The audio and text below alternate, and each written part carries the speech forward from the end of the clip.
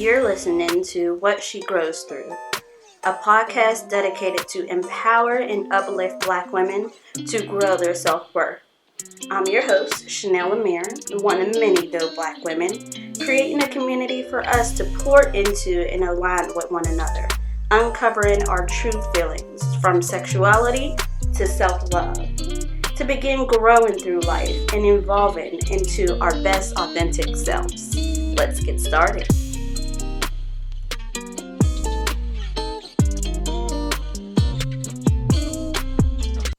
What's up, beautiful? It's your girl back with episode 4 of the What She Grows Through podcast. This week, it's pretty important to me. It definitely hits home.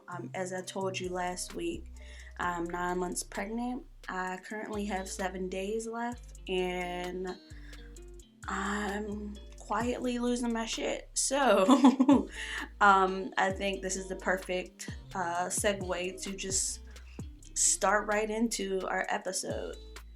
So the quote that I have for today says, "When we make known the times we suffered and what got us through them, we extend hope to those listening. If they're able to tap into that hope when they're facing hardship, if it helps them to get through and they later pass hope to more people, then affliction has immeasurable value." And this comes from a post that I found on the internet. Is called, it just says, "When postpartum packs a punch, fighting back and finding joy." So I'm guessing you can definitely tell what this is all about. It is about postpartum. And if I'm being 100% transparent to you, everything's coming down to the wire. My thoughts, they've been revolving extremely around pregnancy, birth, motherhood. And what people don't realize is the importance of preparing yourself mentally for one of the greatest and toughest experiences, and that's childbirth, and getting through it to the best of your ability. Now, thinking about a lot of these things while I'm still pregnant, so I can mentally prepare for anything once baby is born. And it makes it easier to navigate through what could be a very stressful time. And I personally have a hard time being or feeling vulnerable. And I don't ever want someone to feel sorry for me. If anything, I would want to be considered like a boss bitch, like for all the things that I've been through and overcome. But with sharing my story and eventually getting to a point where I can have other women on the show sharing theirs, I think it will be more beneficial in feeling aligned and in tune with each other. So having that support that us Black women, we desperately need constantly, it would just be everything. So yes, we are going to talk about postpartum depression, and not just postpartum depression, but like just postpartum in general. But I am going to read the definition of postpartum depression. Now, this is from WebMD, and it says, "Postpartum depression is a complex mix of physical, emotional, and behavioral changes that happen in some women after giving birth. According to the DSM-5, a manual used to diagnose mental disorders, PPD is a form of major depression that begins within 4 weeks after delivery. The diagnosis of postpartum depression is based not only on the length of time between delivery and onset, but also on the severity of the depression." Now, the reason that I'm bringing these things up is I believe, honestly, my first pregnancy with my little boy Bryce, I believe I was struggling with this. And of course, I can't help but think, now with this little girl, everything is different. I'm currently not with her dad, so just the whole process is different. And I remember how I felt, and I really don't want to go through what I went through with the first one. So I'm going to just give you a little history, or yeah, a little history on my past experience with Bryce. So during my first pregnancy, I was actually with Bryce's dad at the time. We were engaged and, felt that it was the perfect time to have a baby. So for the most part, everything did go pretty well. I was excited. This was my first baby and I was enjoying every part of the process. Yeah, I had a few times where I was nauseous or, really going through it. But other than that, it was smooth sailing. Toward the end of my pregnancy, when your emotions are everywhere, I actually felt as though I couldn't go to his dad, about these things. Because around this time, we wasn't doing too well. But I also never really thought about how I was going to recover, after this baby was born. So boom, Bryce is born. The birth was kind of overwhelming, but nothing too much that, to the point where I wouldn't have done it all over again. Side note, if you like to see Bryce's birth story, you can check it out on my YouTube channel, Chanel Amir. I plan to do the same thing with this little one, if possible. But we shall see, with everything going on and COVID, and yeah, we'll see how that goes. But I plan to do the same thing with this one. But anyway, afterwards, postpartum, man, I feel like that was a struggle for me. Bryce's dad and I, we were fading, and it was to the point where, honestly, I felt like a single mom. I had gotten up every single night to breastfeed. Every time this little baby, when they first come, you're trying to get them on a schedule. They're waking up every couple of hours. Every time I got up to breastfeed, I got up to feed my baby. His dad, he slept like a baby. And it was to the point where as soon as I would hear Bryce, crying, I would hurry up and get up because I didn't even want to wake him. The excuse for him was, you're breastfeeding. Meanwhile, at that point, I got to a point where I had plenty of milk stored in the freezer. He could have helped. But, that was just one thing. I didn't really know if I was going through postpartum or if, honestly, he was just a jerk. But I had to figure things out on my own. It was just tough. There was a time, he came to me and said, this is what you wanted, right? Hell fucking no. Nothing like this. This is not what I wanted. Yeah, my little boy, but, I expected so much more help. I don't know. It was just, so hard. And then, with going back to work and, not being approved for any services until Bryce was, about 6 months. So each day I had to depend on a family member to watch him. Who was going to watch him this day? Who was going to watch him the other day? Bryce's dad's family was not in the picture. So it was literally me and my family. So I had to figure that out on my own. And he always had different jobs and stuff like that. So it basically was me figuring things out, which is stressful. I'm trying to recover, what? It was just a lot. It really was. The whole thing was exhausting. I never really had a chance to focus on myself and my recovery. I had a whole ass C-section. I'm breastfeeding. I'm exhausted. But, I feel like it kind of was, traumatic. But, of course, you have this little face to look look down on. I didn't think that I was actually going through, postpartum because I had this little baby. So, honestly, he got me through. Of course, we didn't last. Bryce's dad and I, we didn't last. And around that time, I decided to part ways, with him. And that was one of the best decisions that I made, if I'm being, completely honest. I never wanted to stay in something where, I wasn't happy. And, at this point, I'm not, it was just too much. It really was. And I felt like I could be happy on my own.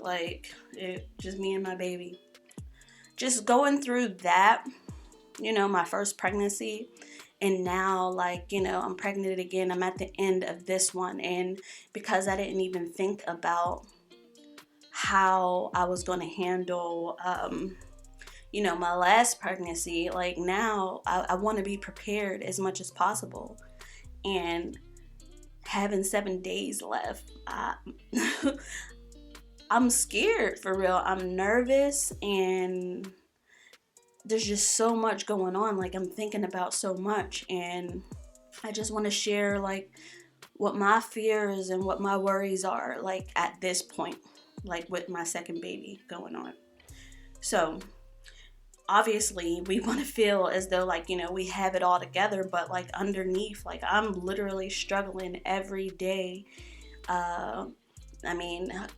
If you listen to previous episodes, I talk about trying to remain positive and having positive outlooks on things, but like you can't do that all the time. Like it's not gonna happen. Like, and especially with being pregnant and your emotions are everywhere, like it's hard. It really is. And I'm alone and I'm by myself, like, so of course like that's gonna take a toll on me.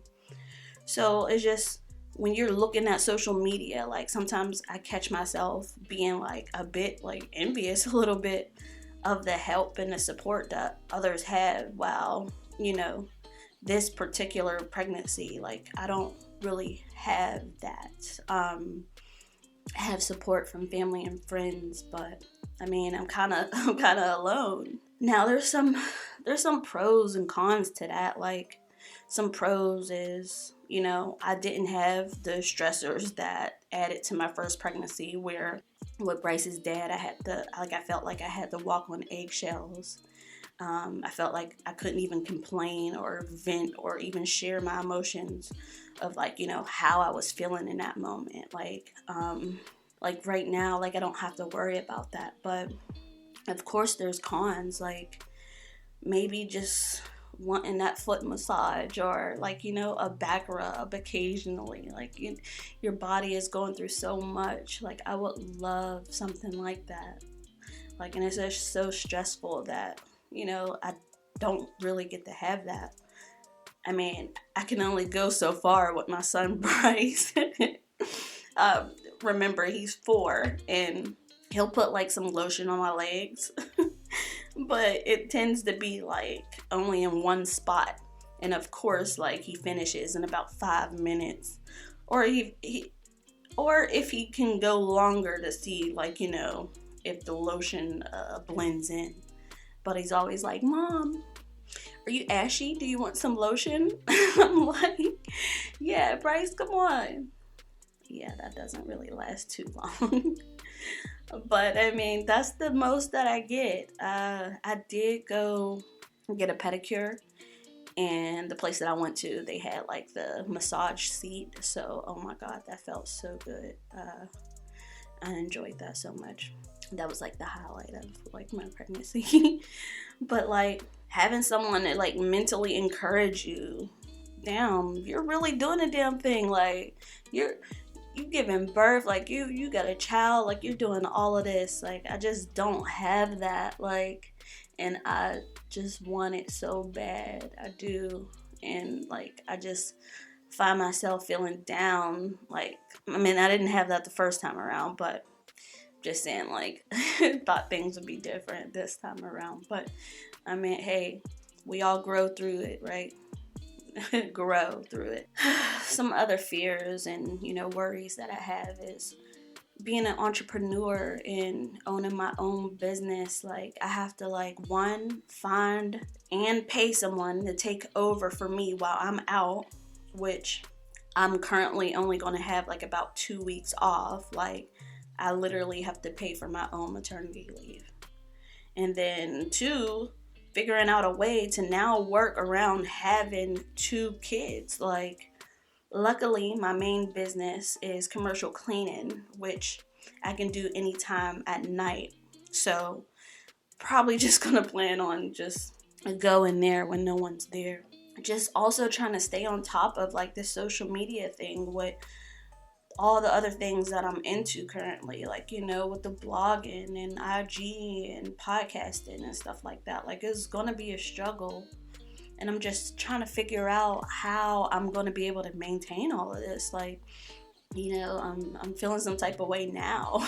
Managing a household, like, while also trying to heal, trying to breastfeed and keep my sanity. Like, just thinking now, I find it difficult at times to just get up and make myself something to eat. But I'm like, damn, like, I really gotta eat breakfast, lunch, and dinner, and snacks in between right now. Like, it's tough. On top of, like, preparing those meals for my son as well. Like, now I'm gonna have to do that do that while breastfeeding and, making sure I drink water and all of that. Like, having a responsibility to just show up for these little ones. Like, that's my worry. Like, a lot is going to happen, and it's not just going to be my little boy anymore. Like, I got to take care of 2 kids at this point. Like, so I'm pretty nervous about it. Yeah, like, I wouldn't be me and being authentic and honest if I didn't share with you my real feelings and my real fears. So, with all that being said, I do have a few tips, like, for other moms that are going through the same thing that I'm going through.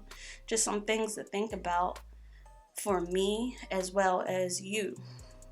So if you're definitely, going through, you're at the end, you're about to have, your second baby, or, even if this is your first, like, these are just some things that you have to worry about. Like, you have to think about. I won't say worry, but some things that get us through is, one, you just gotta not compare your journey to someone else's.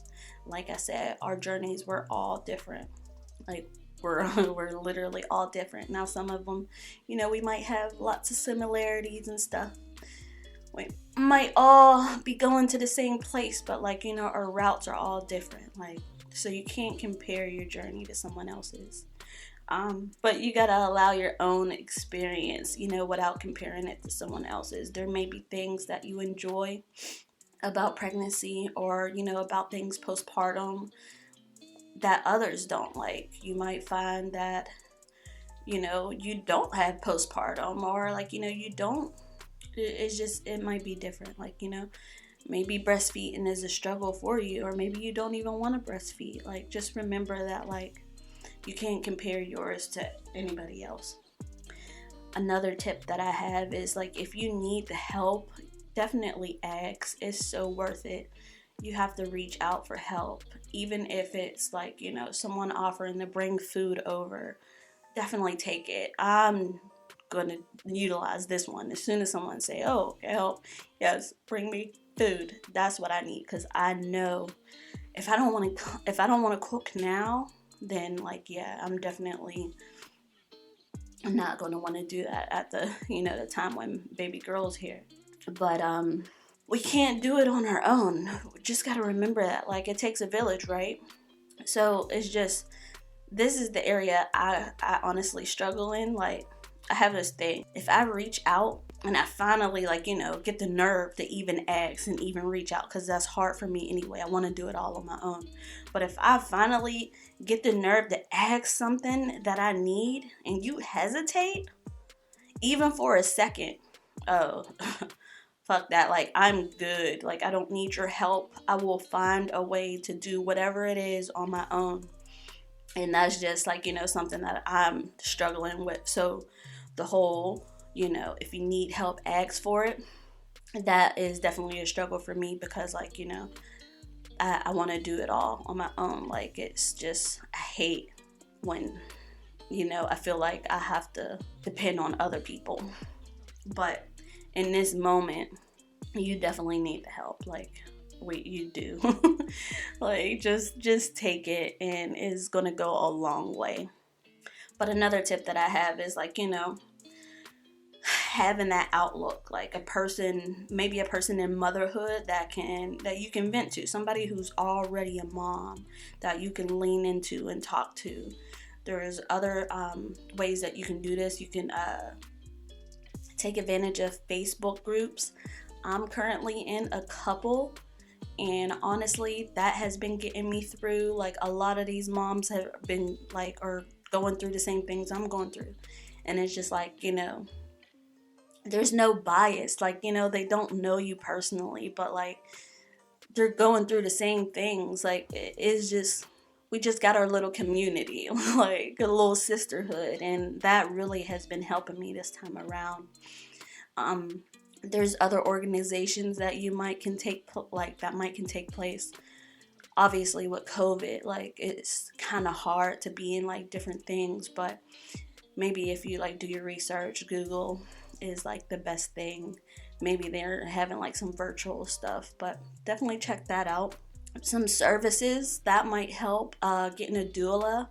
Now, I wish I looked more into this. Now, I always thought that like having a doula, you had to have been like planning like to have a birth at your house or something like that. Like, that's where you would get a doula. But come to find out, you can just get one. It doesn't matter how you plan on getting birth. You can get one. And I mean, I feel like at this point, like, I'm so far along, I don't really have that option right now. But if I did, I would have took that. So definitely see about your insurance. See if you can get one of those, because they really help. And I've been doing a lot of YouTube searching and looking at other people, and just having someone to like vouch for you and having that support also, that can be really beneficial for you. So some tips for us single moms, me involved, I mean, like, me being a part of that, is, like I said, finding outside help as much as possible. And this is family, friends, anything.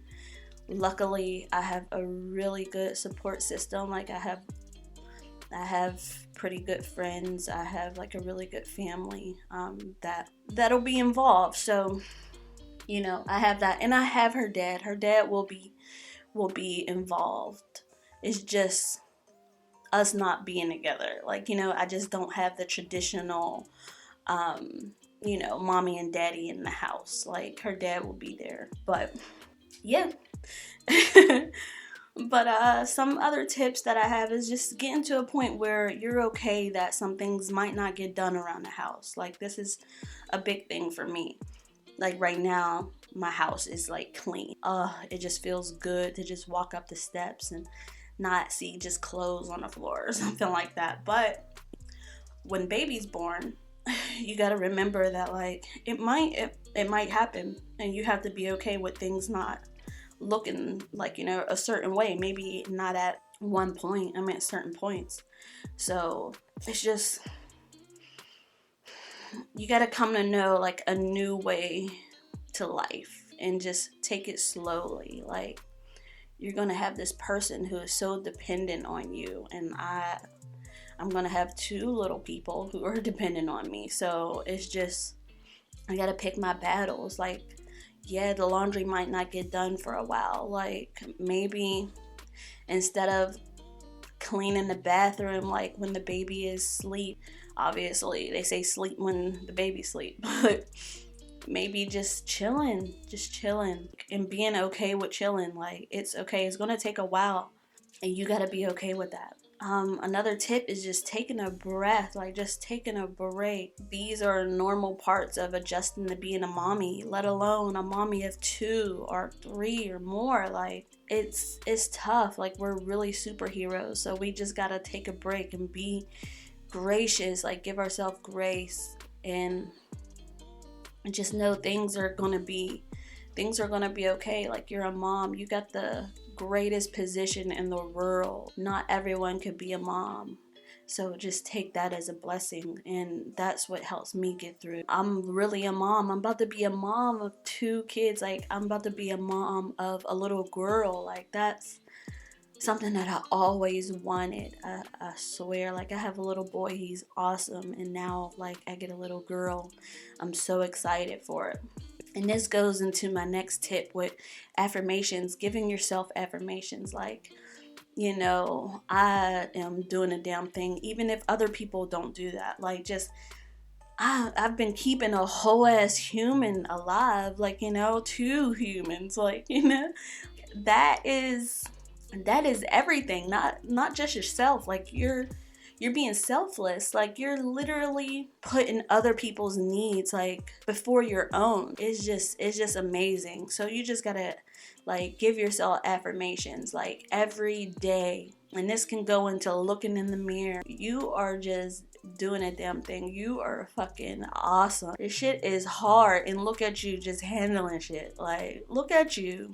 So definitely doing that's important for me. I'm a star that one. Like, star, do that one. Affirmations, taking a break, giving yourself grace, those are the important ones to me that I'm going to give you to look more into. But learning to, the last one I have is like just learning to let go, just being cool. Like, we're gonna have to let our little ones go at some point, right? Like, let them let go. We're gonna have to let go, and they're gonna live their lives. I don't want to think about that. I'm already struggling with this now. Like, Bryce, he's 4 now, and I just think, well, I have a lot of pictures and videos, but I just go back to those times where, like, he was just a little baby, and now he's just telling me what to do, and like, he's just getting so big. So you just gotta just appreciate the times, like, you know, that you actually have. But wrapping things up, I share my story so other women, you know, like me and like you, we're a lot alike, and we gotta get comfortable, like, accepting and helping to support one another. This will forever tie into allowing us to grow through these transformations. Like, what she grows through, this will forever tie into that. So hang in there and know that, like, you're doing the best that you can. And oftentimes is us who are judging the journey hard. Like, it's not even our babies or our kids. Like, they just want to be with you. And we're just thinking that we're just a bad mom because, like, oh, we did this, or we forgot, oh my God, I forgot to give them a bath today. Like, they don't care. So don't take it hard on yourself. Like, don't judge your journey. It's all about the babies. They just want to be with you. Like, your best is just fine. And all you can do is take it like one day at a time, one moment at a time, 1 second. Like, just take it at one day, one moment at a time. Normalizing letting things go and being okay with things not getting done. We have so much pressure on things that we can't control, but that aspect of it, we can. Like, we can control learning to let it go, learning to not take things too seriously. Like, you just had a baby. Like, you have a baby. You have kids. Like, motherhood is huge. It's transformative. So much is going on. Like, we're literally taking care of the natural needs of our children. It's just, we'll forever be in like different stages where, they need us right now. So we just gotta find other ways to fit in, and to fit in with this new normal that we're gonna have. It goes by like so fast. So you just gotta enjoy every moment. Enjoy the birth like experience. Like, only you can have that experience. Like, it's just you. Like, our children, like, they remind us that like, we gotta slow down. Like, even though this life continues to go on and on, every day you wake up, like, you're on go. Our children, they remind us that you gotta chill out sometimes. You gotta be gentle with yourself, like, giving yourself grace to heal. And this is to heal physically. If you had to go through a C-section like me, oh my God, I plan to have a vaginal birth, but we shall see. But you gotta give yourself grace to heal mentally. A lot is going on. Like, there's just so many different hormones and chemicals that are like running through your brain, releasing. You're gaining more. Like, it's just a lot. Like, a woman goes through so much. So you have to just allow yourself to heal mentally, spiritually, everything. You gotta be proud of yourself and own your experience, even if it doesn't go as planned. Like I said, my first time around, I ended up having a C-section, which, like, I definitely didn't plan. I definitely didn't do any, like, that was just something I didn't want to do. So it was just, that's what was necessary in the moment. Regardless if it's, belly birth, vaginal birth, like, we brought our babies in this world. Like, whatever, to get them out safe and healthy, that's all that matters. You got through pregnancy, you got through the birth, and, like, sharing stories, like, that can help other people out. Me sharing my story can help you. You sharing your story can help others. We're all different and all our stories matter. Just talking about, like, what really happens, like, that's what people need to hear. Being real and being authentic. That's what people need to hear. We all have these thoughts. There's no perfect way of having a baby. We shouldn't feel guilty about how the baby gets here. We gotta make, we're making the best decision for our baby in that moment. And we should never be ashamed of any of our decisions. So, it's just the freedom in sharing your birth story. That's just, we all have, different birth stories. And honestly, I love listening to other people's birth stories. Like, that's just something that, I'm into. So, like, I like looking and researching and trying to figure out. I'm just really interested in other people's birth stories. It's just, being a mom it's awesome.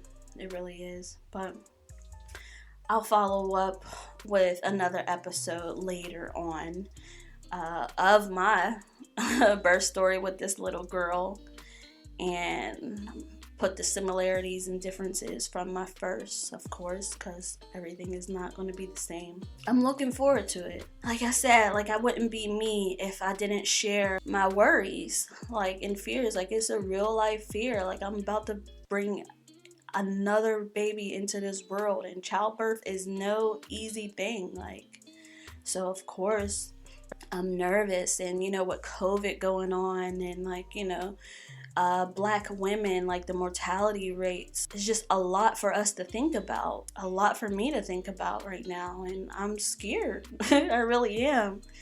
And the fact that, I kind of have to do it alone to an extent, that's also, like, really hard and, like, worrisome for me. But, I'm a bad bitch. I'll eventually, I'll get it together. I'm dope. That's where the affirmations come in. Like, I know I can do it. Once she's here, like, everything will be worth it in the end.